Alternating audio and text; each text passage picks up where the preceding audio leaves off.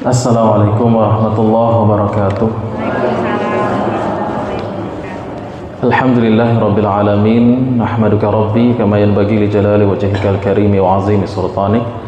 Allahumma salli wa sallim wa barik ala al-mab'usi rahmatan lil alamin habibina wa syafiina maulana wa sayyidina Muhammadin wa ala alihi wa ashabihi wa man ittaba'a wa man ihtada bihadihi ila yaumi yub'atsun. Amma ba'du. Subhanaka la ilma lana illa ma 'allamtana innaka antal alimul hakim. Rabbi shrah li sadri wa yassir li amri wahlul 'uqdatam min lisani yafqahu qawli. Allahumma 'allimna ma yanfa'una wanfa'na bima 'allamtana wa zidna ilman ya rabbal alamin. Amma ba'du. Hadirin wal hadirat, kaum muslimin wal muslimat, bapak ibu-ibu jamaah setia Masjid Al-Hakim rahimakumullah. Bersyukur kita pagi ini kepada Allah Subhanahu wa taala lagi dan lagi memberikan kita limpahan rahmat dan karunia-Nya sehingga sehat badan kita, dimudahkan urusan kita sampai ke masjid ini duduk di majelis ilmu. Semoga perjuangan kita ini dinilai ibadah yang makbulah, yang diterima di sisi Allah Subhanahu wa taala. Hadir kita di sini semata-mata karena kasih sayang Allah Subhanahu wa taala dan izinnya. Kemudian hadir kita di sini memang kewajiban kita sebagai muslim untuk mempelajari Al-Quranul Karim. Al-Quran yang kita pegang hari ini ialah setinggi-tinggi ilmu, sehebat-hebat mukjizat, sebesar-besar karunia, sebaik-baik pemberian dari Allah kepada hamba-hambanya. Namun Quran terkadang kurang disyukuri. Kurang disyukurinya bagaimana? Tidak dipelajari dengan sebaik-baiknya, tidak ditadaburi, tidak dihayati, dipelajari kandungannya. Inilah kelalaian dan PR besar umat Islam secara umum. Jarang ada orang yang mau menggali Quran itu. Kebanyakan masyarakat membaca Quran difahami sebatas melantunkan huruf. Terlalu banyak hal yang luput dari kita kalau kita memandang Quran hanya bacaan biasa. Padahal Quran sebagaimana telah mungkin sebagian ibu-ibu rasakan ya, Quran itu maknanya sangat indah dan sangat dalam. Kalau kita tidak serius dalam mensyukuri Quran ini, terlalu banyak hal yang kita lolos tidak dapatkan. Oleh karena itu jangan sampai kita memandang mengkaji Quran itu sunnah atau sekedar pelengkap hari atau pengisi waktu luang. Ini keliruan yang besar. Kita harus menganggap mengkaji Quran itu adalah memang semestinya kita lakukan. Oh hebat apa ya tiap hari mengkaji Quran, tiap pekan hadir ke Al-Hakim. Hebat ibu yang mengaji taruh setiap pekan. Itu tidak hebat. Melakukan hal yang semestinya itu biasa. Yang aneh justru tidak mengajinya ini. Hebat dia orangnya soleh sekali. Kok gitu? Dia tiap hari sholat 5 waktu tidak tinggal. Itu tidak hebat, emang mestinya begitu. Ibu tuh solehah sekali karena jilbabnya bagus, nutup aurat. Itu bukan hebat. Itu memang sudah kewajiban. Hal yang kita anggap hebat sebenarnya biasa saja. Justru yang aneh kalau seorang muslimah tidak menutup aurat. Justru yang aneh seorang muslim apabila tidak mau belajar Al-Quranul Karim. Sebagian orang mungkin memuji saya, hebat Ustaz itu bahasa Arab ya. Bisa bahasa Arab bukan sesuatu yang hebat. Emang semestinya seorang Ustaz bisa bahasa Arab. Seorang muslim memang harus belajar bahasa Arab. Yang aneh itu dia pintar bahasa Inggris tapi tidak mau belajar bahasa Arab. Nah, ini masalah. Jadi sekali lagi untuk pemukaddimah ya Bu ya, hadir kita untuk mengkaji Quran memang kewajiban kita, bukan sekedar rutinitas biasa. Warattilil Qur'ana tartila. Bacalah Quran itu dengan tartil. Apa makna tartil? Haqqa tilawatihi. Allazina atainahumul kitaba yatlunahu haqqa tilawatihi. Membaca Quran itu dengan sebenar-benarnya. Baru diakui ulaika yu'minu nabihi. Ulaika yu'minuna bihi, mereka itulah orang yang diakui iman kepada Al-Quran. Banyak orang yang mengaku cinta Laila, tapi Laila tidak mengakui cinta mereka kepada Laila itu. Itu Ibu Laila.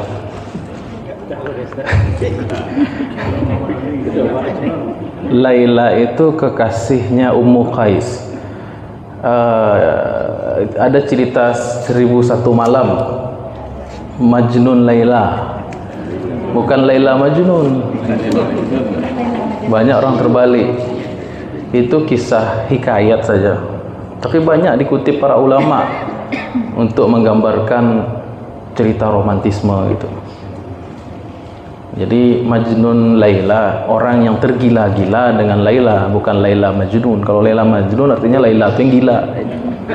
Laila Majnunah, ini Majnun Laila. Baik, banyak orang mengaku cinta iman kepada Al-Quran, tapi tidak ada pembuktiannya gitu.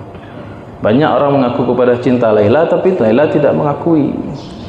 Oh, aku beriman kepada kitab yang Allah turunkan di Quran, tapi tidak mau menyediakan waktu untuk belajar. Ini ada dusta di antara kita dengan Allah. Baik, kita lanjutkan mengenai tafsir, dan kita coba minta pada Allah agar diberikan ilmu dengan cara mentadabburi surat apa Bu? Surat At-Tin ya, pasti surat At-Tin. Belum sampai ayat berapa? Ilal ladzina amanu ya. Sebelumnya kita baca sama-sama dulu Pak Ibu ya. A'udzu billahi minasy syaithanir rajim.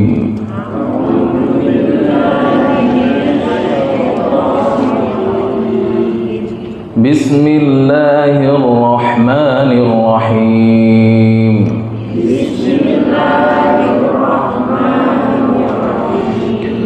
Wat-tini waz-zaitun.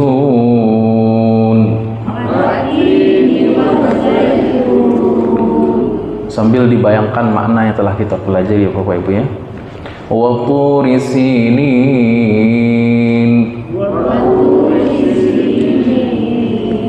Wa hadzal baladil amin. Laqad khalaqnal insana fi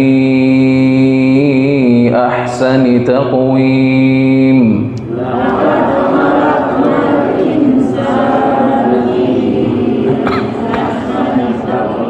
Ada ikhfa di situ ya. Tahan 2 harokat. Laqad khalaqnal insana fi ahsani taqwim.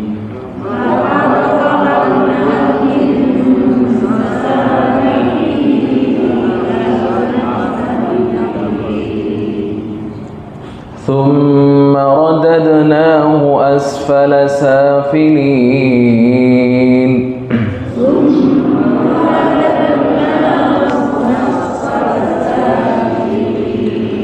Ada qalqalah di radadna.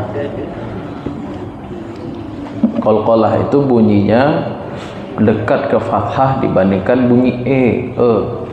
Banyak orang qalqalahnya keliru. Summa radade. Nah, ada dede. Dia dekat ke fathah dibandingkan bunyi e. Summa radadnahu asfala safilin.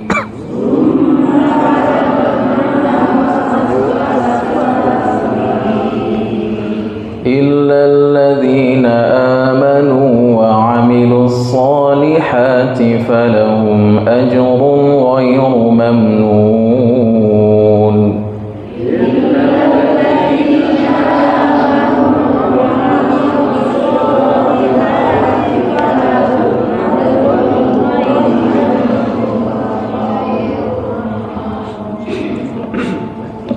Delay di belakang.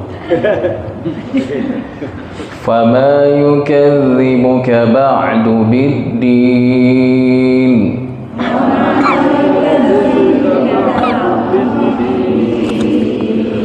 Alaysa Allahu bi ahkamil hakimin.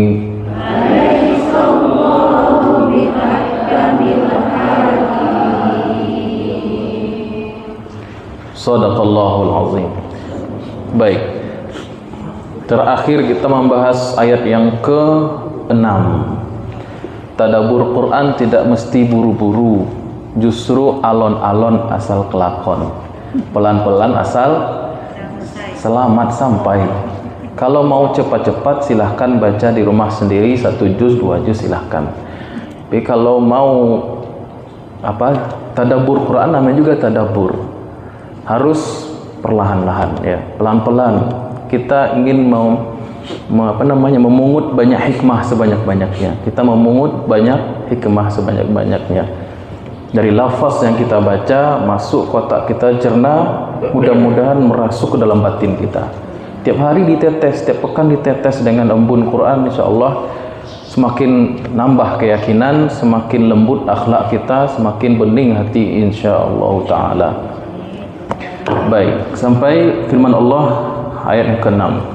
Illal ladzina amanu wa 'amilus shalihat fa lahum ajrun ghairu mamnun. Itu banyak sekali huruf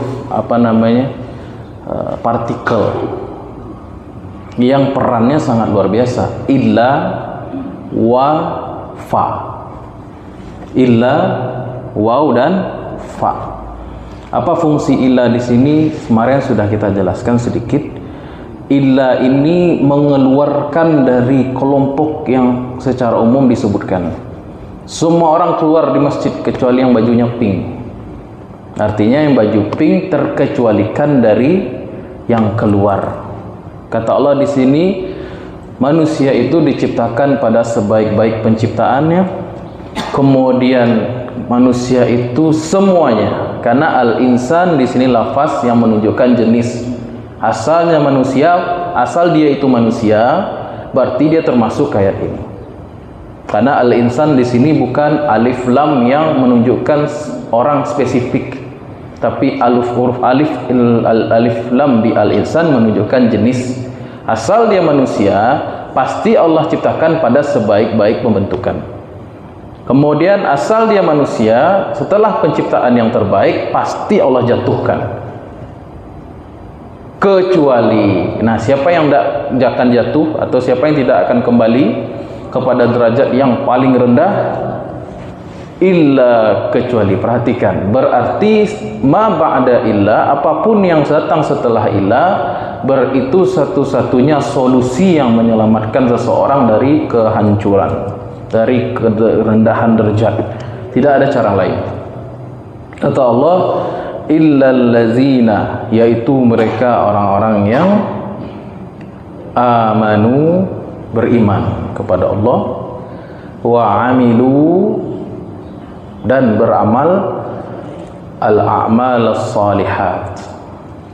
Al-a'malnya dihapus, tinggal sifatnya salihat. Dan mereka beramal saleh. Kuncinya ada dua ini. Pertama, iman yang disertai, karena ada huruf waw di situ, dengan beramal amalan salihat, yang soleh, yang baik.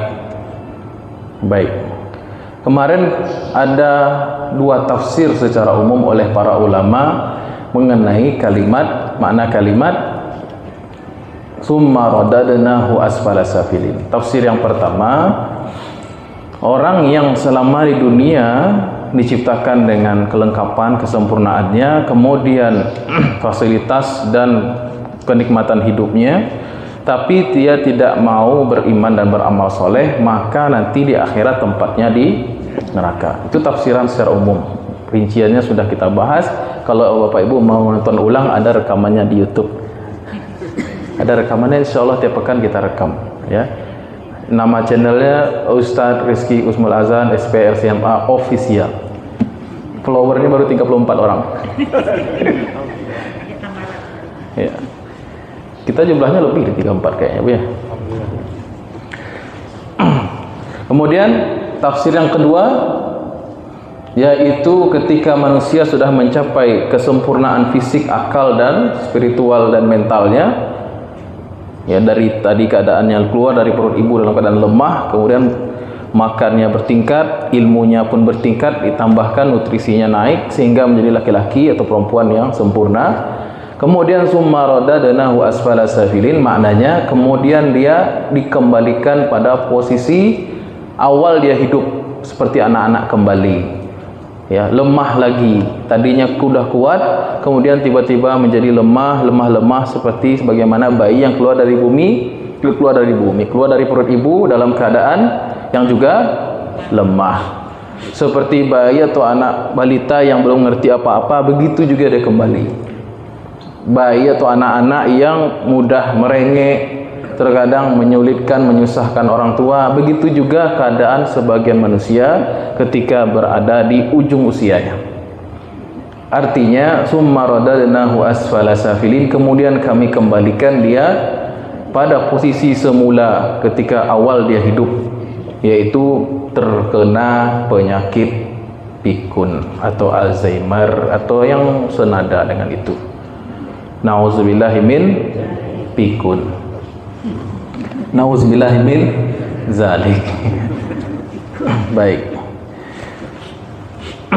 Ini yang kita hindari. Kenapa kita menghindar dari pikun ini? Dan Rasulullah mengajarkan kita doa supaya jauh dari pikun itu. Apa doanya? Belum lagi di-share, lupa. Tolong diingatkan di grup. Allahumma inni a'udzubika minal jubni wa na'udzubika an uradda ila arzalil umur. Nanti insyaallah dikirim, Pak. Ya. Kemudian ketika membahas ayat ini, Buya Hamka dalam tafsirnya, yaitu tafsir Al-Azhar, mencantumkan sebuah hadis yang panjang. Hadis riwayat Imam Anas bin Malik, Imam siapa namanya? Imam Abu Ya'la dari Anas bin Malik. Mau bacakan hadisnya, Bu? Baca ya. Ini hadis yang menyenangkan banyak jemaah, insyaallah. Karena hadis ini bicara tentang kelahiran manusia sampai gimana akhir manusia ketika sudah tua. Bismillahirrahmanirrahim. Bahwasanya Rasulullah SAW bersabda, al-mauludu hatta yablughal hins ma amila min hasanatin kutibat liwalidihi. Seorang bayi yang lahir sampai dia punya akal sedikit tapi belum memayyiz, ya, kalau dia melakukan amal kebaikan, maka dicatat pahalanya untuk orang tuanya. Kalau anak baru lahir dia kemudian agak besar sedikit tapi belum memayyiz, tapi sudah bisa dia bekerja atau melakukan aktivitas yang bermanfaat, maka kebaikannya itu diberikan pahalanya kepada kedua orang tuanya, bapak dan ibunya. Kemudian wa ma amila min sayyi'atin, kalau dia berbuat keburukan, anak ketik berbuat buruk, kemudian lam tuktab alaihi wala ala walidayhi, maka dia tidak dicatat apa-apa, baik dosa itu untuk dirinya maupun orang tuanya tidak dapat catatan dosa apa-apa. Fa iza balagal hinsa ajrallahu alaihi qalam, tapi kalau dia sudah sampai usia balik ya, usia balik itu ditandai dengan laki-laki mimpi, perempuan datang haid atau datang haid, datang bulan. Kalau tidak datang juga atau tidak mimpi juga, rata-rata ulama mengatakan umur 15 tahun. Kemudian mana tadi? Kalau dia sudah balik, maka malaikat mulai mencatat amalannya, pahala dan dosanya. Karena kalau orang sudah balik, otomatis dia sudah mumayyiz, sudah jelas dia lewati, dan dia sudah bisa membedakan perkara yang baik dan perkara yang salah. Kemudian mana tadi? Wa umira al-malakani allazani ma'ahu an yahfadha wa an yushaddida.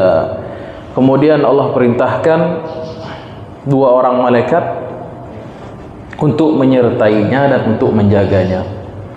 Sebagaimana firman Allah, lahum muaqibatun min baini yadayhi wa min khalfihi yahfazunahu min amrillah. Setiap insan itu ada malaikat muaqibat, malaikat penjaga yang berada di sisi-sisi tubuhnya untuk menjaga dia dari takdir Allah Subhanahu wa taala. Fa iza balagha 40 sanatan fil Islam ammanahu Allah minal balaya salasah. Kalau dia sudah sampai umur 40 tahun, orang tadi itu, jika manusia telah sampai umur 40 tahun di dalam Islam, ya artinya dia dari kecil sampai umur 40 tahun dia muslim, maka dia dijaga oleh Allah dari 3 bahaya. Yang pertama al-junun, penyakit gila. Yang kedua al-juzam. Apapun al-juzam, penyakit kusta. Kemudian penyakit al-baras, penyakit sejenis penyakit kulit juga. Fa iza balagal khamsina, kalau dia sudah berumur 50 tahun, khaffafallahu hisabahu, maka Allah ringankan hisabnya nanti di hari kiamat. Nah, ini cemburu saya belum sampai 50 tahun. Bapak Ibu sudah sampai? Ngaku saja lah Bu. Dan ngaku sampai 10 aja Bu. Baik, itu keistimewaan umur 50 tahun. Allah ringankan hisabnya nanti di akhirat. Hisaban yasira. Apa makna hisaban yasira? Dalam Al-Quran makna hisaban yasira adalah mereka dipanggil satu-satu menghadap Allah, kemudian Allah tampakkan dosa-dosanya sebagian kecil. Tapi sebagian dosa kecil yang Allah tampakkan itu, bukankah engkau melakukan ini, kata Allah, dan aku tahu dan kau tahu? Maka dia tampakkan beberapa dosanya sampai dia menyangka dia akan menjadi ahli neraka. Kemudian Allah tampakkan sebagian daripada amal solehnya. Kemudian apa kata Allah? Demi kemuliaanku dan keagunganku aku ampuni semua. Tadi dia menyangka ada pucat mukanya untuk masuk neraka, tiba-tiba Allah mudahkan dan Allah berikan ampunan, dia masuk surga. Itu yang disebut dengan hisaban yasira atau hisab yang ringan. Kemudian mana tadi? Wa razaqahu Allahu al-inabata ilaihi bima yuhib. Kalau orang mudah 50 tahun, biasanya Allah beri rizki. Apa itu rizkinya? Mudah dia untuk bertaubat dan beramal soleh yang dicintai Allah. Itu sudah fitrah atau karunia yang Allah berikan bagi orang yang 50 tahun. Pertama tadi diberikan hisab yang ringan. Yang kedua diberikan rizki, pemberian berupa mudah dia untuk bertaubat, al-inabah. Kemudian dia senang melakukan amalan yang amalan itu menjadi sebab dia dicintai oleh Allah. Tak terasa Bu? Ampun tak tahu rasanya. Masih 30 lah. Apa rasanya Bu? Emang kalau umur 50 emang ada itu Bu ya? Kayak ada perasaan kok senang ke masjid gitu. Oh begitu rasanya. Alhamdulillah. Senang dengar ceramah. Tadinya masa muda ya, wallahu a'lam bishawab. Tapi umur 50 tiba-tiba khusyuk. Emang begitu ya? Iya Bu ya? Iya Bu. Saya tidak tahu soalnya, belum coba umur 50 tahun. Kemudian bagaimana tadi? Faiza balagha 60. Kalau dia sudah sampai umur 60 tahun. Razaqahu Allah al-inabata ilaihi wa ma yuhib. Oh itu umur 60 tahun, maaf. Salah baca tadi, terlompat hadisnya. Jadi kalau umur 50 tahun sampai orang 50 tahun, dia diberikan hisab yang ringan nanti insyaallah.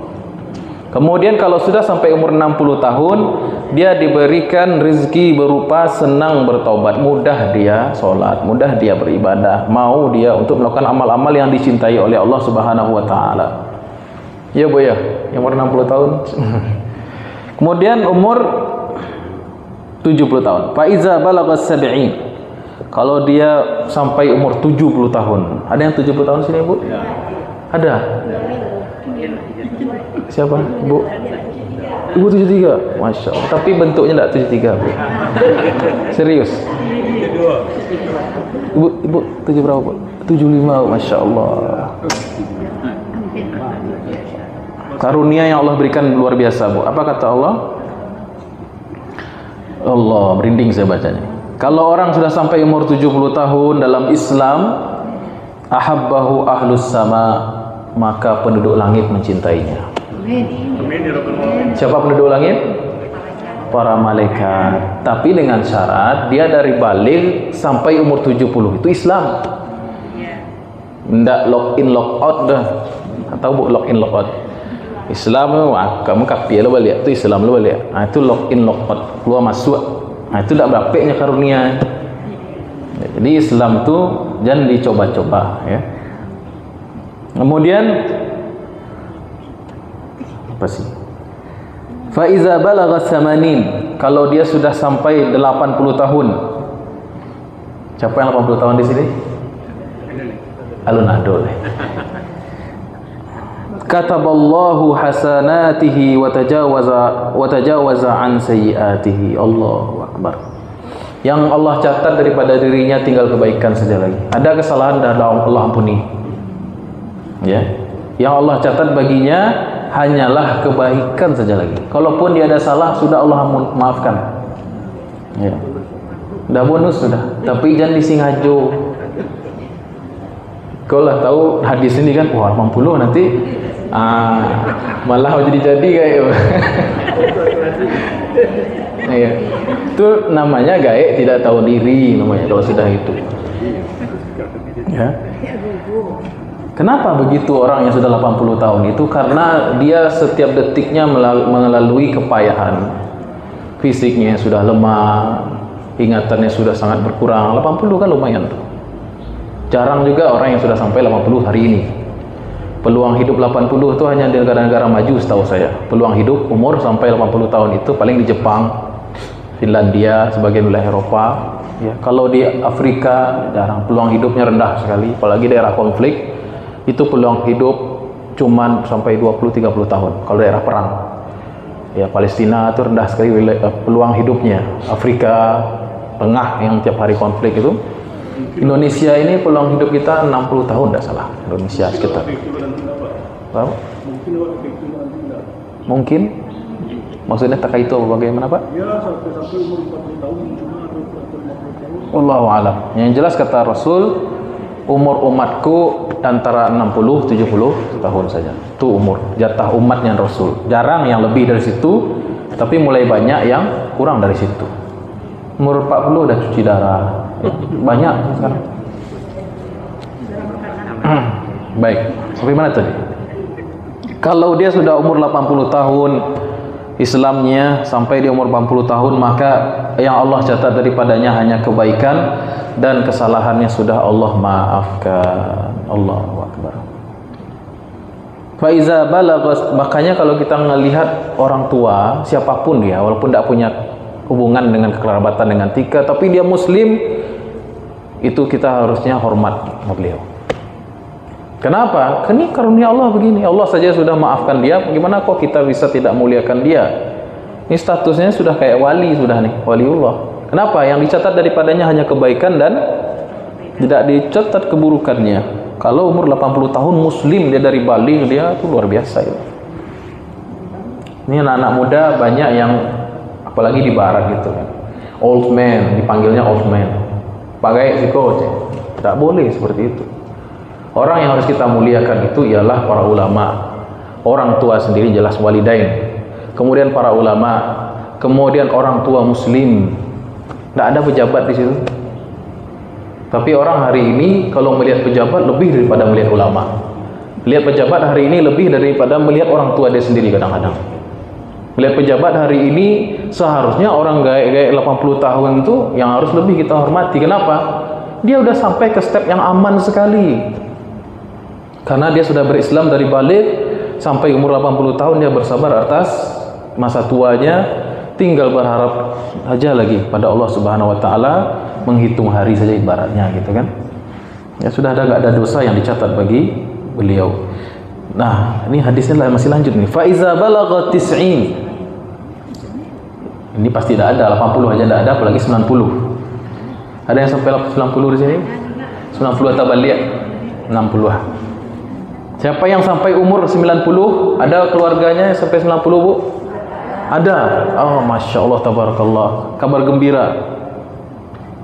Apa rizki yang Allah berikan? Ghafarallahu lahu ma taqaddama min zambihi wa ma ta'akhkhar. Dosa yang lalu dan akan datang sudah dihilangkan oleh Allah. Dosa lalu dan dosa yang akan datang sudah dihilangkan. Sudah sama kayak Nabi sudah. Muhammad, kata Allah dalam Quran, Allah telah mengampuni dosamu ma taqaddama min zambika wa ma ta'akhkhar. Engkau telah diampuni dosa yang telah berlalu dan dosa yang akan datang. Syaratnya 90. Jadi memang berarti hadis ini juga memotivasi kita menjaga kesehatan. Ya, memang maut itu adalah takdir dari Allah, tapi kita wajib ikhtiar untuk menjaga kesehatan. Jaga kesehatan tuh diantaranya jaga makan, jaga minum, jaga makan, intinya apa yang masuk kita, jaga apa yang di kepala, stres, jaga hati dari yang buruk-buruk. Hasad itu nak ada lagi, dengki itu nak ada lagi, dendam itu dah habis sebenarnya. Nah, kalau jaga apa tadi Bu? Makan yang ada di perut, jaga kepala, stres, dan jaga yang di hati. Insyaallah sehat. Ya salam. Kemudian wa syaffa'ahu fi ahli baitihi. Kalau dia sudah 90 tahun, tidak hanya diampuni dosa dia yang sebelumnya dan akan datang, dia juga diizinkan oleh Allah untuk memberikan syafaat bagi ahli keluarganya. Jadi ada syafaat Nabi, syafaatul uzma, ada syafaat kaum mukminin, orang salihin, ada syafaat ahlil bait, keluarga kita sendiri. Betul, makanya jangan putus silaturahim, berbaik-baik dengan kerabat kita semuanya, terutama yang sudah tua. Itu yang menyelamatkan kita sebenarnya. Tapi di dunia yang katanya modern, orang-orang gaek kok diusia di rumah, retaan di panti jompo, karena tidak belajar hadis ini. Berarti itu kunci surga di rumah sebenarnya. Ada orang gaek di rumah, itu kunci surga sebenarnya. Orang gaek dalam artian ini tidak hanya orang tua, tapi orang tua sepuh. Orang yang sepuh itulah yang sumber rezeki kita sebenarnya.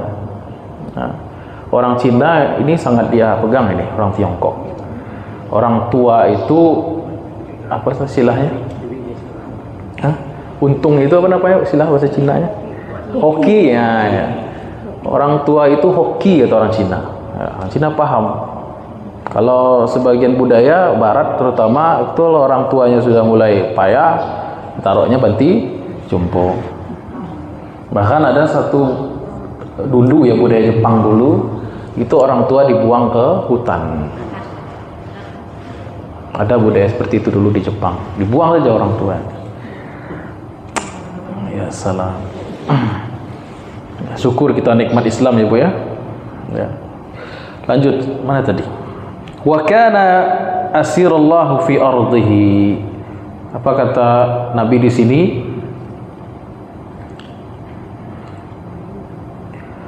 Tidak hanya keuntungannya 90 tahun, diampuni dosanya yang telah berlalu dan akan datang, kemudian dia memberikan syafaat bagi ahlul baitnya. Yang ketiga, dia adalah orang kepercayaan Allah di muka bumi ini. Wa kana asirallahi fi ardih. Dia ditunjuk sebagai orang yang dipercaya oleh Allah di muka bumi ini. Artinya memang dia sudah sampai ke derajat orang yang dekat dengan Allah. Wajar tidak kalau kita memuliakan orang yang sepuh? Wajar, harusnya begitu memang. Kata Nabi, tidak beriman seorang hingga dia memuliakan orang tua, orang sepuh, memuliakan ulama. Dua itu. Fa iza balagha arzalil umur likai la ya'lama min ba'di ilmin syai'an kataballahu lahu misla ma kataba ma kana ya'malu fi sihhatihi minal khair. Dan kalau orang sudah sampai depat juga dia penyakit pikun itu, misalnya orang itu tertimpa kepikunan, maka dia tetap dicatat beramal soleh selama dia sehat dulu. Jadi, tapi syaratnya itu selama dia sehat, waktu muda dia memang rajin beramal soleh. Pikun dia, tidak bisa dia beramal sebagaimana masa mudanya, maka itu yang maksud firman Allah, falahum ajrun ghairu mamnun, maka baginya pahala yang tidak ada putus-putusnya. Mamnun artinya maqtu', artinya terputus. Sebab apa? Kata Imam At-Tabari kemarin, illal ladzina amanu wa amilus solihat, yaitu kecuali mereka yang beriman dan beramal soleh semenjak masa mudanya. Tua dia kena juga pikun, maka dicatat baginya pahala yang tidak ada putus-putusnya, sebagaimana dia beramal ketika dia masih sehat, masih muda. Ya. Tapi kalau orang yang ketika mudanya tidak ada beramal soleh, rasanya sulit mendapatkan karunia ini. Wallahu a'lam bishawab. Lanjut. Fa iza amila sayyi'atan lam tuktab lah. Kalaupun dia beramal keburukan, tidak lagi dicatat. Kalau yang tadi itu sejak muda dia sudah istiqomah. Baik, itu hadisnya selesai. Hadis diriwayatkan oleh Imam Abu Ya'la dari Anas bin Malik. Kita ulangi terjemahnya saja, Bu ya. Kita ulangi terjemahnya saja. Rasulullah SAW bersabda, seorang anak yang dilahirkan apabila telah mulai bertumbuh pengertiannya, ini terjemahnya Bu Hamka nih. Jika dia bekerja atau melakukan perbuatan yang baik, ditulislah pahala untuk ayahnya atau kedua orang tuanya. Dan jika dia berbuat salah, tidaklah ditulis untuknya dan tidak juga untuk orang tuanya. Itu kalau anak yang sudah mulai agak besar. Apabila dia telah berkesadaran, ini terjemah Bu Hamka bahasa Melayu lama. Mulailah berjalan kalamullah, maksudnya kalau dia sudah baligh. Diperintahkan Allah dua malaikat yang selalu menyertainya agar anak itu dijaga baik-baik dan diawasi orang tersebut karena sudah baligh. Apabila dia telah mencapai usia 40 tahun dalam Islam, maka dia diamankan oleh Allah daripada bala bencana yang 3, yaitu penyakit gila, kusta dan balak. Penyakit kulit ya. Apabila dia telah mencapai 50 tahun, diringankan Allah hisabnya, perhitungan amal. Apabila dia telah mencapai 60 tahun, diberikan oleh Allah kepada dia kesukaan kembali kepada Allah, senang kembali, senang taubat, senang beribadah dengan amal-amalan yang dicintai oleh Allah. Apabila dia telah mencapai 70 tahun, jatuh cintalah kepadanya seluruh isi langit. Apabila dia telah mencapai 80 tahun, dituliskanlah oleh Allah segala kebaikannya dan dilewati oleh Allah kesalahan-kesalahannya. Apabila dia telah mencapai 90 tahun, diampuni oleh Allah dosa-dosanya yang terdahulu dan yang kemudian, dan menjadi syafaat dia pada ahli rumahnya, keluarganya maksudnya. Dan ditulislah dia sebagai aminullah, orang kepercayaan Allah, dan adalah dia tawanan Allah di muka bumi ini. Apabila dia telah mencapai arzalil umur, itu usia sangat lanjut, pikun dia, sehingga tidak mengetahui apa-apa lagi sesudah begitu cerdas dahulunya. Ini terjemah Bu Hamka ya Bu ya, bahasanya begitu. Akan dituliskan Allah tentang dirinya yang baik-baik saja, sebagaimana yang diamalkannya di waktu sehatnya dahulu, waktu dia muda. Dan kalaupun dia berbuat salah, tidaklah ditulis apa-apa lagi. Jadi mudah-mudahan kita dipanjangkan umurnya dan disehatkan terus oleh Allah Subhanahu wa taala. Rasulullah SAW pernah bersabda, tuba liman tala umruhu wa hasuna amaluhu. Beruntunglah orang yang panjang umur dan baik amalnya. Artinya kalau dibalik, dicerminkan, sangat sial orang yang pendek umurnya, panjang umurnya, tapi isinya maksiat terus isinya. Baik. Illal ladzina amanu wa 'amilus shalihat falahum ajrun ghairu mamnun. Fa ini menunjukkan natijah atau hasil kalau kondisinya demikian, dia beriman kepada Allah, yakin kepada Allah, dan imannya itu dibuktikan dengan amal soleh. Maka konsekuensinya apa? Lahum, bagi mereka. Ya, saking besarnya rahmat Allah, dimajukan kalimat lahumnya dulu. Lam di sini lam litamlik, kepemilikan. Nih untuk mereka, kata Allah. Apa itu? Ajrun ghairu mamnun. Kan ada orang kalau bagi hadiah misalnya, saking bapak ingin ngasih anaknya motor, dikasihnya kuncinya langsung. Baru sabian, nih ambil motor, gitu maksudnya. Jadi dimajukan kepemilikan sebelum penyebutan nikmat. Itu menunjukkan inginnya Allah memberikan hamba tersebut karunia. Jadi kata Allah, Sebenarnya ajrun ghairu mamnun lahum itu aslinya. Tapi Allah majukan lahum ajrun ghairu mamnun. Jadi Allah berikan balasan, ajr artinya balasan. Balasan itu ghairu mamnun, permanen. Kalau mamnun artinya non permanen.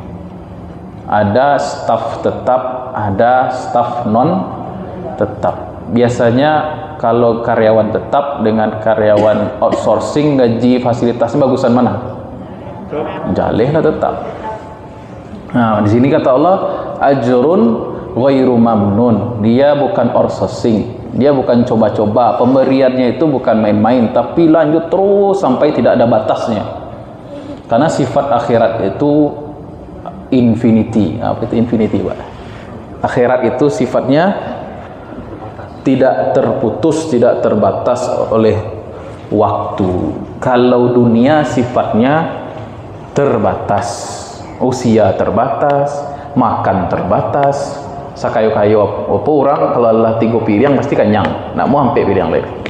Sakayo-kayo orang kamar yang kali lalu ini kasur paling 2 meter kali 3 itulah kadang. Nah dulu orang kayu itu sarumah itu lalu ini enggak ada. Kalau dunia sifatnya terbatas. Nikmat makannya 5 cm inilah. Nah, semuanya terbatas. Ilmu, karunia semuanya terbatas. Tapi akhirat sifatnya non terbatas. Alias permanen. Baik. Oleh karena itu, ya, ini tambahan dari saya saja. Seorang muslim mestilah memikirkan amal yang ghairu mamnun juga. Karena ada amal as-salihat itu kan banyak. As-salihat jamak dari salihah. Salihah sifat dari amal. Berarti amal itu bahasa Arab, bahasa Indonesianya perbuatan. Perbuatan itu ada yang salihah, ada yang sayyi'ah, ada yang buruk. Jadi perbuatan manusia itu dibagi 2. Ada perbuatan baik, ada perbuatan buruk. Perbuatan baik ini banyak, makanya Allah pakai kalimat jamak untuk mengungkapkan sebuah amal soleh dalam Quran. As-salihat, kan Bu ketemu amal soleh dalam Quran kan lafaznya sama. As-salihat kan Bu. Nah, berarti amal soleh itu banyak ragamnya. Sebagian Allah mudahkan seseorang beramal soleh di bidang ini. Sebagian orang lahan amalnya ini. Ada orang yang masuk surga jalur ceramah, ada yang masuk surga jalur beasiswa, ada yang masuk surga jalur puasa, pintunya pintu royan namanya. Ada orang yang masuk surga jalur birrul walidain, ada yang masuk surga jalur akademik ilmu, ada yang masuk surga jalur puasa, ada yang masuk surga jalur tahajud, ada yang masuk surga jalur jihad, ada yang masuk surga jalur taat pada suami, ada yang masuk surga jalur menafkahi anak yatim. Jadi Allah bilang as-salihat, sebab amal soleh itu bervariasi dan terkadang sebagian kita dimudahkan kepada amal lain, yang lainnya sebagian dimudahkan untuk beramal jenis yang lain. Tidak usah saling merasa paling hebat. Wih, hebat ustaz tuh hebat ceramah mungkin ya. Tapi kalau yang lainnya belum tentu. Ibu mungkin bidang ibu ada yang Allah sukai daripada ibu, yang tidak bisa kita lakukan sebagai ustaz. Contohnya melahirkan. Yang mana tidak bisa buat amal tu cik itu. Jadi pasuan nama melahirkan. Dan itu bapak-bapak umumnya tidak bisa. Nah, mungkin situ makanya seorang mukmin berusaha untuk ikhlas dalam setiap amalnya, karena Allah tidak tahu amal mana yang akan diterima oleh Allah. Dan seorang mukmin mesti mengenal dirinya, potensinya, senangnya amal apa, dan dia fokus di situ juga. Ibu paling tahu diri ibu, bapak paling tahu diri bapak. Bapak tuh paling enak ngapain gitu. Ya sudah, fokus di situ, spesialisasi di situ. Misalnya ada ibu yang rajin puasa, ya udah, berarti ibu rasa-rasanya masuk surga di situ tuh. Bisa. Suka ya? Senang puasa. Bisa ya? Bisa, Pak. Kemudian kalau misalnya bapak rasa-rasanya berbakat di ibadah zikir, misalnya senangnya zikir, ya udah fokus di situ tanpa meninggalkan kewajiban yang lain tentunya. Artinya kita masing-masing diri kita tahu mana amal yang nyaman bagi kita ya. Karena memang begitulah Allah membagikan karunia-Nya pada hamba-hambanya dengan banyak pintu amal soleh. Kemudian selain itu as-salihat yang bentuk katanya jamak itu, kata Allah ghairu mamnun di akhir ayat, berarti tidak semua amal itu sifatnya ghairu mamnun. Ada amalan yang berpahala di saat itu juga, tetapi akan terputus apabila seorang meninggal. Ada amalan yang seseorang baru mendapatkan pahalanya ketika dia sudah meninggal terkadang. Ada amalan yang dilakukan ketika di dunia dan terus berlanjut tanpa diputus oleh namanya kematian. Makanya seorang mukmin, seorang muslim yang cerdas, dia memperhatikan amalnya ini jangan sampai berhenti di usianya. Amalnya ini kalau bisa terus berlanjutan meskipun dia sudah dikubur berabad-abad di dalam tanah.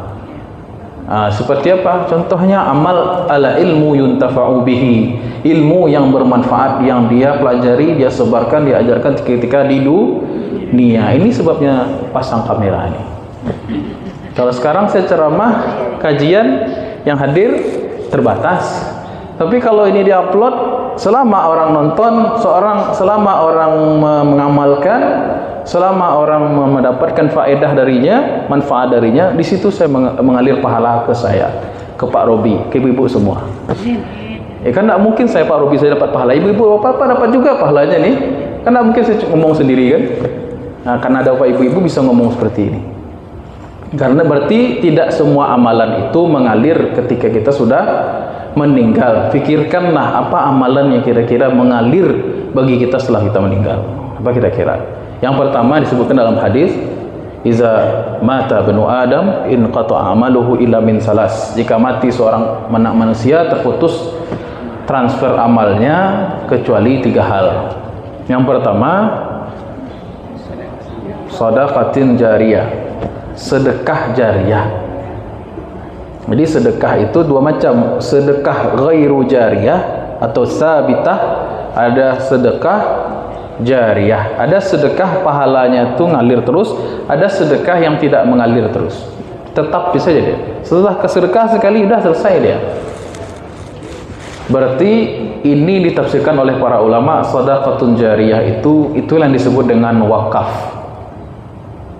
Wakaf itu pahalanya ghairu mamnun. Selama kita mewakafkan benda ini fi sabilillah, maka selama itu orang memanfaatkannya, mendapatkan faedah darinya, selama itu kan mengalir. Contohnya apa sedekah jariyah, Bu? Membangun masjid. Selama orang salat di sini, meskipun almarhum sudah lama meninggal, tapi ruku, sujud, tilawah Quran orang di sini mengaji, khutbah orang di sini, bahkan menikah orang di sini. Selama orang hidup itu menikah di masjid ini dapat pahala juga dia. Labara orang kawin di masjidnya, akad nikah maksudnya, itu pahala pernikahannya dapat bagian orang yang bangun masjid ini. Begitu juga orang yang membangun, mungkin masjid tak tahu Ustaz, ambo sumbang keramik salah cie. Masuk kalau dipasang keramik ibu. Karpet boleh, sound system boleh masuk. Listrik apa saja yang berhubungan dengan ibadah, maka itu mengalir pahalanya selama dia digunakan untuk ibadah tersebut. Atau tidak terbatas kebangunan fisik, bisa juga fasilitas umum. Rasulullah SAW bersabda, afdhalus sadaqati saqyul ma, sebaik-baik seafdal sedekah adalah memberikan minum, mengalirkan air. Maknanya bisa kita bangun sumur itu kita wakafkan fisabilillah. Setiap kali orang minum, bahkan hewan yang minum sekalipun itu ada pahalanya. Hewan juga dapat pahala ya Rasulullah. Iya kata Nabi, setiap yang bernyawa itu kalau kita berbuat ihsan kebaikan padanya ada pahalanya. Kemudian apa lagi? Bikin jembatan, bikin jalan. Ya, udah sanggup kita bikin jalan, bikin jembatan, minimal jangan bikin hambatan di jalan. Nah, itulah. Kata Nabi apa? Iman itu bercabang-cabang dan apa Arabnya lupa hadisnya.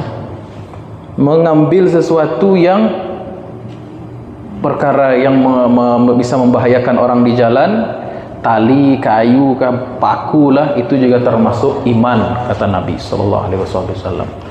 Jadi kalau tidak bisa kita bangun jalan, minimal jangan jadi penghambat atau membuat hambatan di jalan.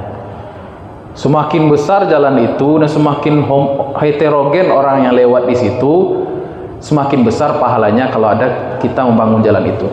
Dan semakin besar juga dosanya kalau kita membuat masalah hambatan di jalan itu. Contohnya apa? Membuat tanggul, polisi tidur tanpa aturan dari pemerintah. Setiap orang yang lewat di situ mengupek, dapat jatah dosa. Setiap orang yang lewat di situ rusak motor orang, mobil orang, nak dari situ. Tapi orang ngebut-ngebut, lakukanlah upaya yang diplomatif. Jalur hukum lah tempuh. Lapor ke Pak RW misalnya apa. Jangan membuat sendiri-sendiri itu. Kadang tanggul turun ciang segitiga. Ya Allah ya Karim. Kemudian apa lagi contohnya yang menghambat jalan? Hah?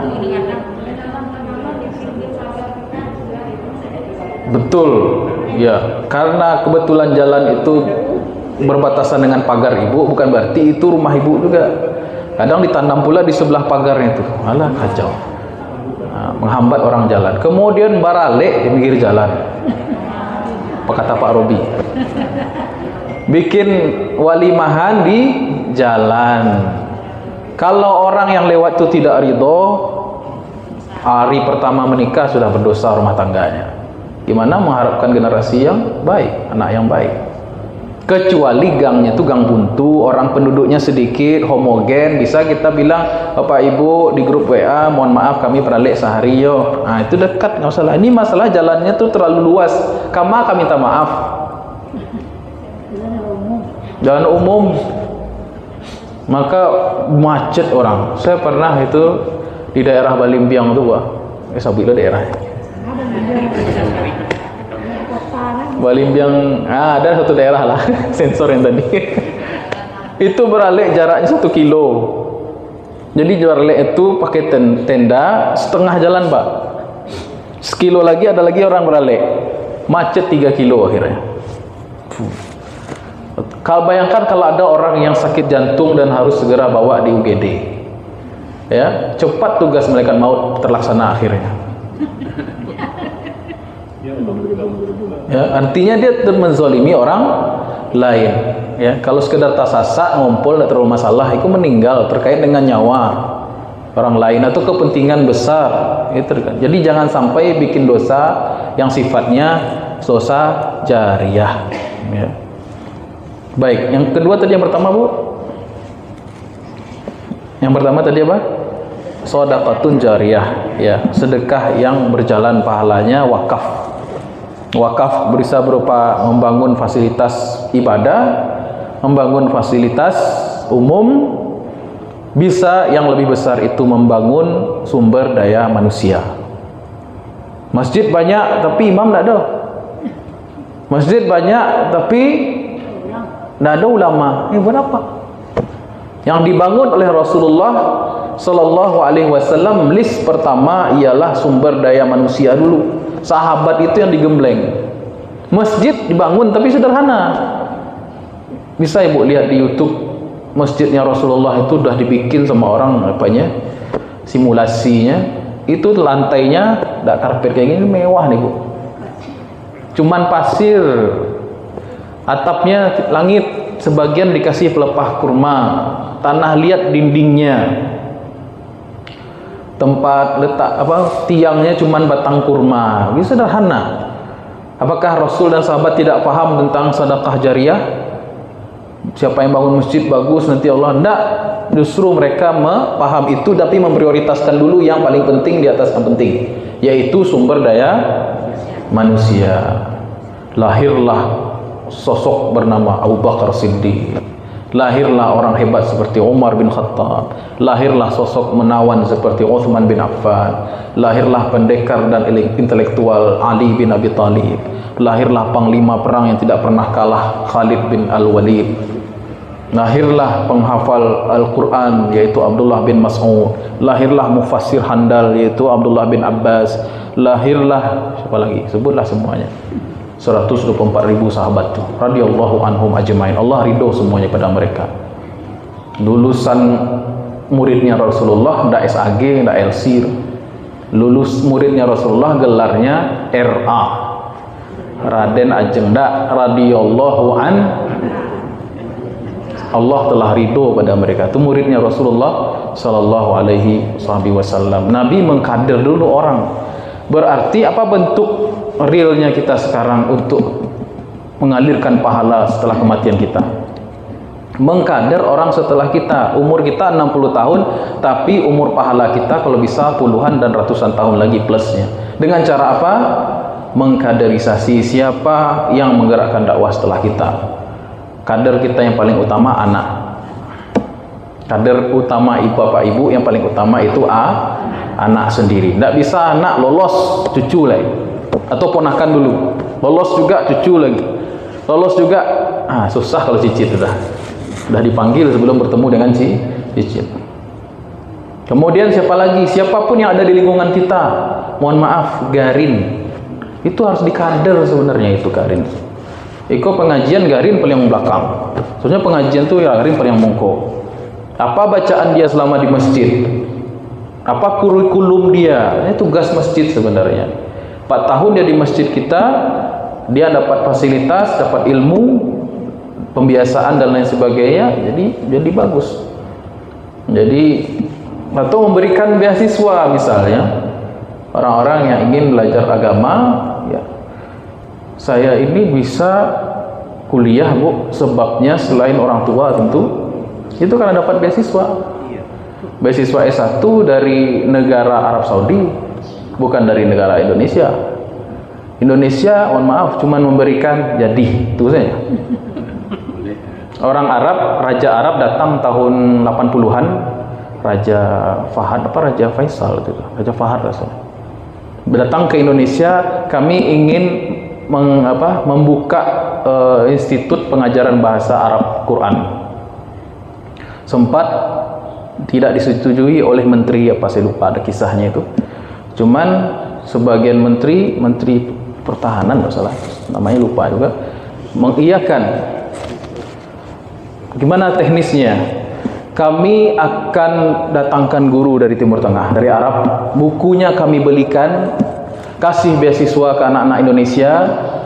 Tugas Indonesia cuman mengyeskan saja lagi.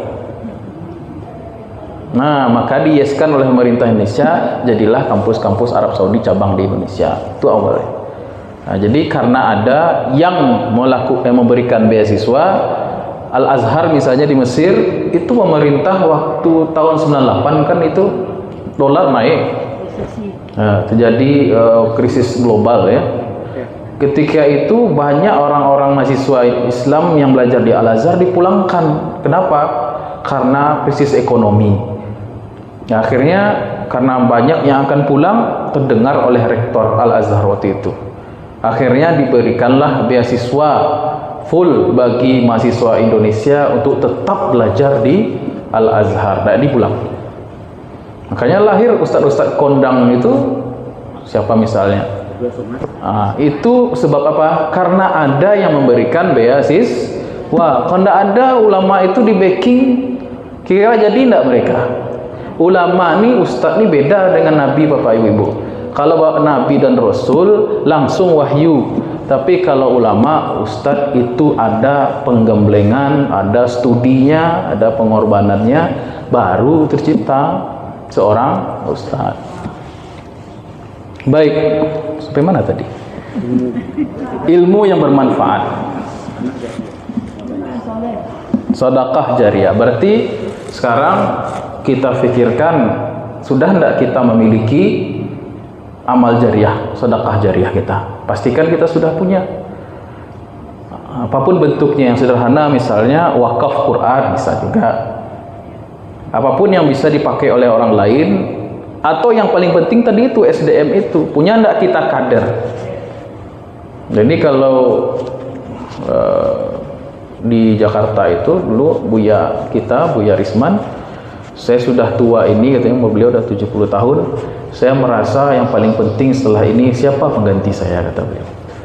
Nah, makanya harus ada yang muda-muda yang kita bimbing, kita arahkan untuk menggantikan atau melanjutkan perjuangan dakwah ini. Kalau enggak, umur kita ya sebatas segitu pahala kita juga berhenti, ya.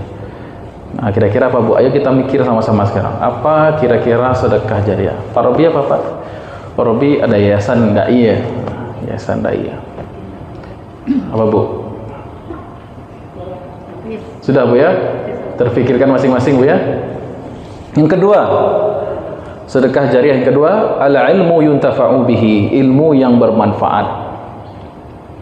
Ya, orang akan bisa memberikan ilmu kalau dia belajar. Bagaimana mungkin orang bisa memberikan kalau dia tidak memiliki? Berarti sebelum meninggal rajin belajar. Dan kemudian ilmu yang kita dapat itu ajarkan kembali. Itu yang akan mengalir setelah kita pasca kematian. Kata Rasulullah bersabda, khairukum man ta'allama al-Quran wa 'allamahu. Sebaik-baik kamu adalah yang belajar dan mengajarkan Al-Quran. Ya, ini salah satu ikhtiar kita nih ngerekam ini supaya ilmu kita menjadi abadi, tidak terbatas oleh usia kita sendiri. Kalau dulu ulama biasanya karyanya kitab, karena di zaman itu orang rajin baca. Kalau sekarang tidak cukup dengan menulis saja lagi. Saya punya blog isi artikel Islam dari tahun 2007 saya nulis, tapi rasa-rasanya tidak banyak peminatnya, karena memang umat Islam Indonesia ini rajin baca WA. Tapi kalau buku agak susah, artikel agak payah, apalagi jurnal ilmiah, anti sekali rasanya. Janganlah jurnal itu kan. Makanya harus ada upaya yang lain. Nah, orang Indonesia sukanya yang audio visual, itu video. Nah, sekarang YouTube sudah nah, sudah sangat memang global ya. Makanya perlu kita rekam ya. Tidak kitab saja dikarang, tidak tulisan saja ditulis, tapi juga harus ada rekaman pengajiannya. Lanjut, al ilmu yuntafa'u bihi yang ketiga, yang ghairu mamnun, al waladu waladin salih yad'ulah, anak soleh yang mendoakan orang tuanya. Berarti sekedar punya anak tidak soleh ada dapat itu. Ini ada waladun salihun. Salih ini sifat kepada walad. Walad itu anak biologis.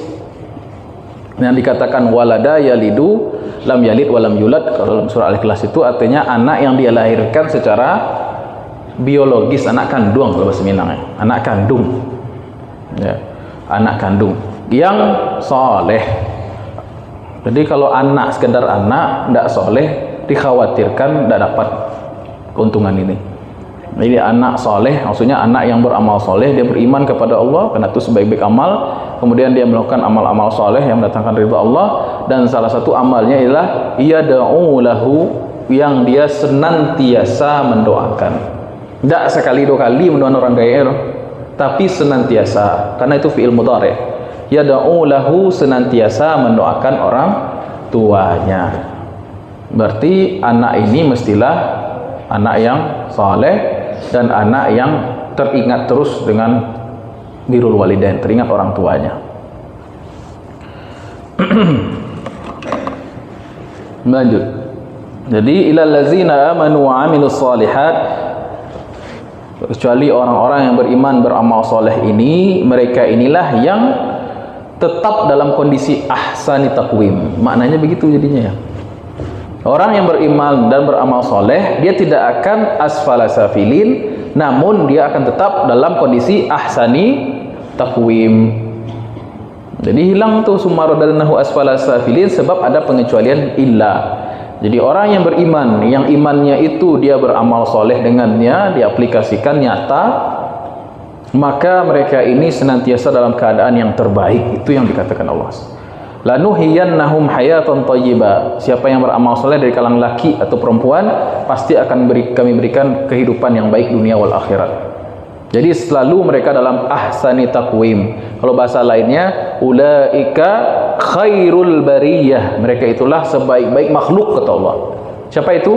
Innal ladzina amanu wa 'amilus salihati wa ulaika khairul bariyah. Khair artinya yang terbaik, bariyah artinya makhlukin. Mereka itulah, tidak ada selain mereka, orang-orang yang terbaik, makhluk yang terbaik kata Allah di muka bumi. Siapa itu? Iman dan amal soleh. Sebaliknya orang yang kafir, ulaika syarrul bariyah.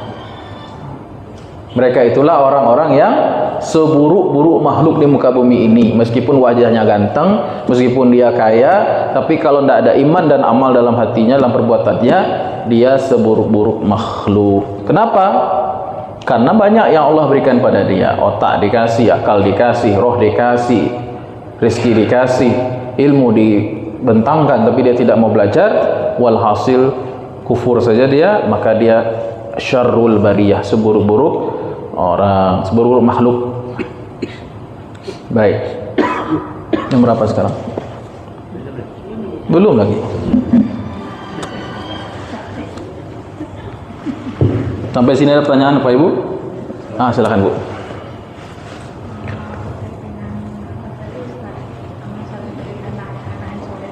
Nih pakai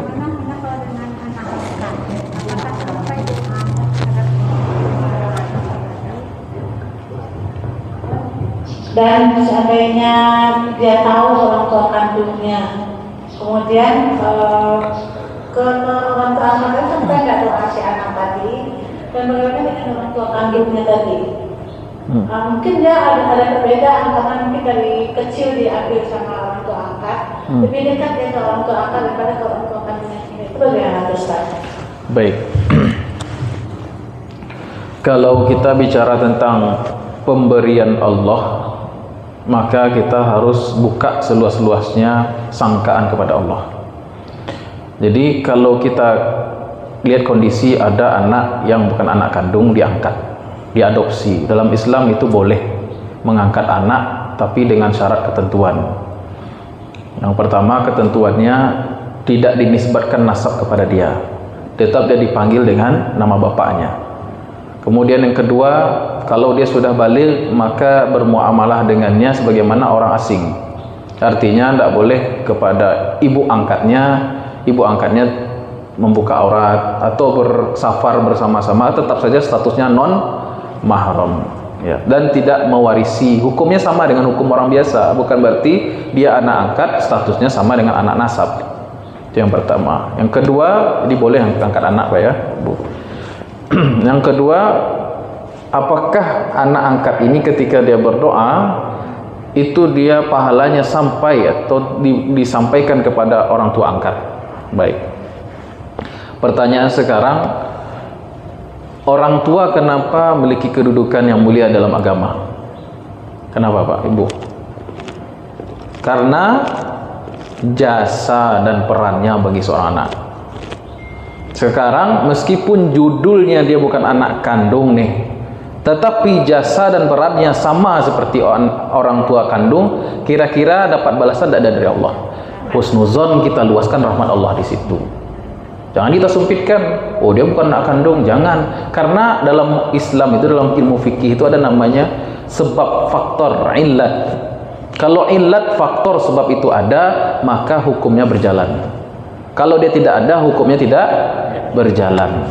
Berarti kalau orang tua kandung tapi durhaka pada anak, menyanyiakan anak, dapat tidak doa anak tadi kepada orang tua yang durhaka? Anaknya masih mendoakan nih.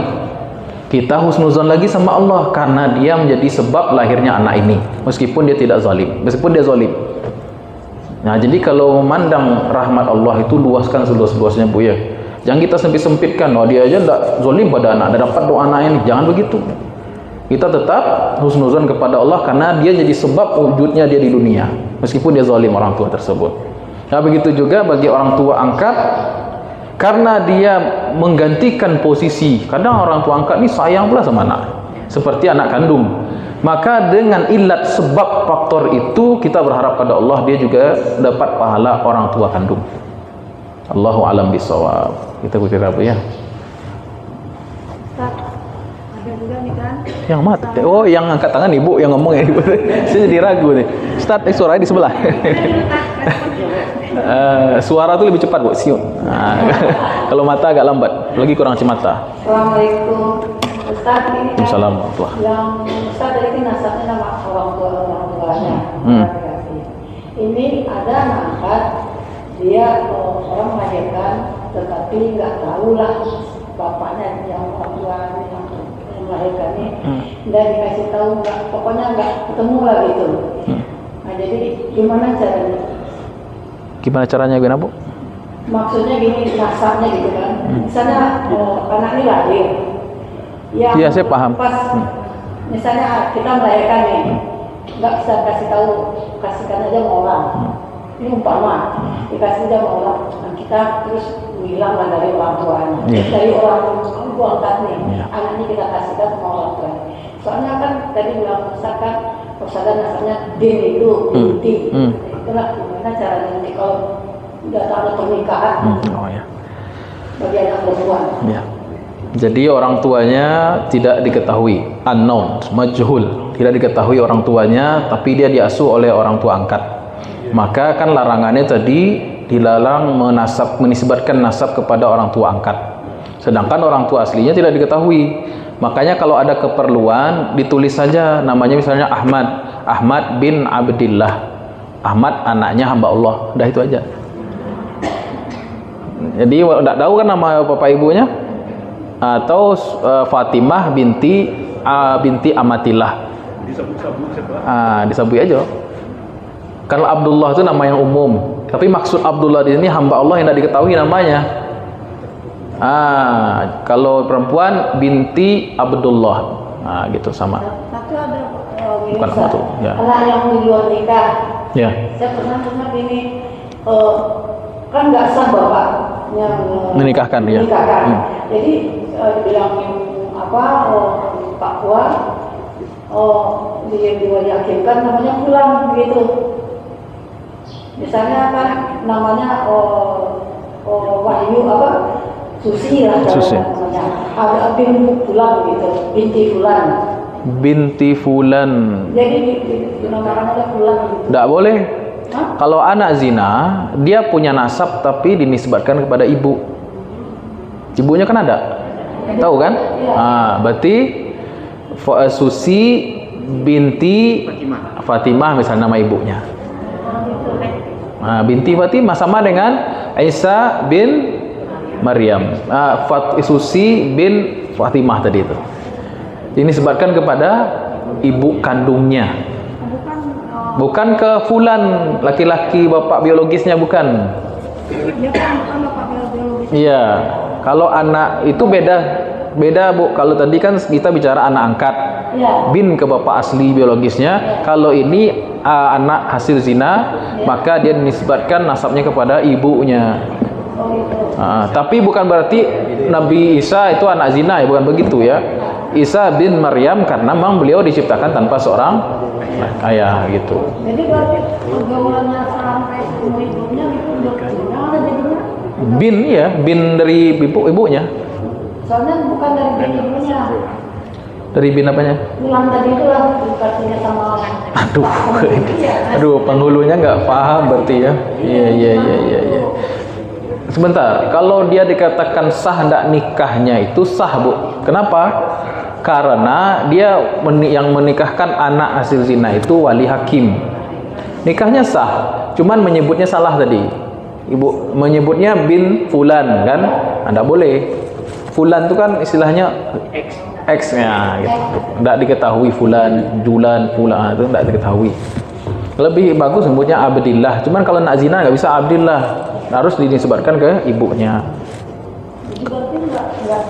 Kalau sahnya sah sih Bu, karena kan ada wali hakim yang mau nikahkan. Cuman penyebutan namanya ini keliru dari situ. Pernah kita mendengar gitu. Apalagi Fulan dia sebutkan, Fulan itu bisa laki-laki bisa perempuan.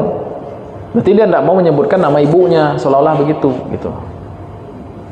Saya ada pertanyaan. Boleh kan? Terkait dengan anak yang soleh tadi kan, yang mendoakan kedua orang tuanya itu kan sampai pada orang tuanya kalau sudah meninggal orang tuanya.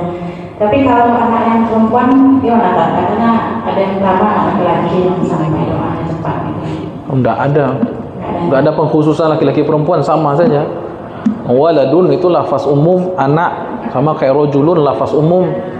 Laki-laki perempuan sama punya saham yang sama untuk mendoakan kedua orang tuanya, ada beda, Bu. Oh, jadi sama ya. Malah kadang anak perempuan itu, perempuan cenderung hatinya lebih lembut. Orang yang makin lembut hatinya, doanya makin makbul. Nah. Selama ini itu yang Pak Umi gitu kan. Sampai kita ya. Terima kasih, Nak. Ya.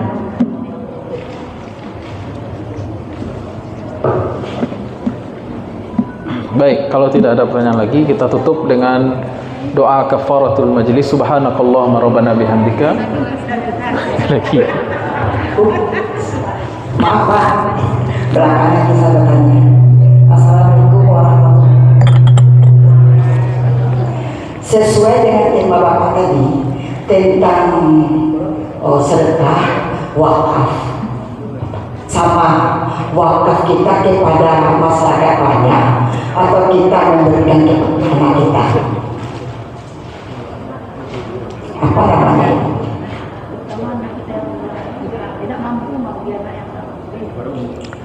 Apakah sama pahala wakaf kepada anak sendiri atau kepada masyarakat banyak? Baik. Disebut wakaf artinya kita, wakaf secara bahasa artinya berhenti. Disebut wakaf, besar pahalanya bergantung kepada maslahat yang diperoleh dari harta benda wakaf itu.